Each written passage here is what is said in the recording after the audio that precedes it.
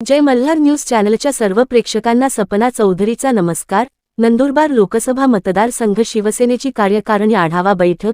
शिवसैनिकांनी संघर्ष करून लोकहिताची कामे करावी, खासदार राजेंद्र गावित यांचे प्रतिपादन।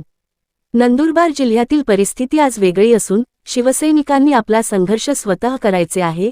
चांगलं काम केल्याने जनता आशीर्वाद देत असते, त्यामुळे शिवसैनिकांनी लोकहितासाठी जे शक्य आहे ते कार्य करणे गरजेचे आहे, असे प्रतिपादन खासदार राजेंद्र गावित यांनी केले।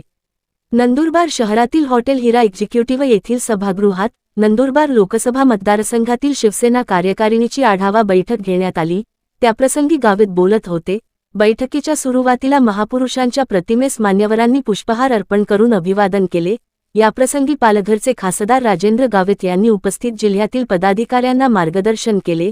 यावेळी आमदार चंद्रकांत रघुवंशी म्हणाले की पक्षाच्या पदाधिकारी व कार्यकर्त्यांनी प्रामाणिकपणे काम करायचे असेल तर आपल्यातील इगो दूर करायला पाहिजे। पक्षाकडून आपल्याला काय मिळेल याची अपेक्षा न बाळगता आपण जनतेला काय देऊ शकतो याचा विचार कार्यकर्त्यांनी केला पाहिजे। बॅनरवरील फोटोबाजी करण्यापेक्षा लोकांमध्ये जाऊन शिवसेनेचे कार्य पोहोचवा। साक्रीच्या आमदार मंजुळा गावित यांनी देखील मार्गदर्शन केले। त्या म्हणाल्या की महिला पदाधिकाऱ्यांनी पक्ष संघटनेत सक्रिय होऊन अनेक युवती व महिलांना शिवसेनेचे सभासद करून घ्यावे। पुरुषांप्रमाणेच महिलांना देखील राजकारणात मोठी संधी आहे। आमदार आमशा पाडवी म्हणाले की पदाधिकाऱ्यांनी प्रत्येक कार्यक्षेत्रात गण आणि गावनिहाय बैठका घेऊन निवडणुकांच्या प्रसंगी मते कसे वाढतील यासाठी कार्य करावे लागेल। पक्षनेते उपमुख्यमंत्री एकनाथ शिंदे यांचा आदेशच आहे की पदाधिकाऱ्यांनी गावनिहाय लहान मोठ्या बैठका घ्याव्यात।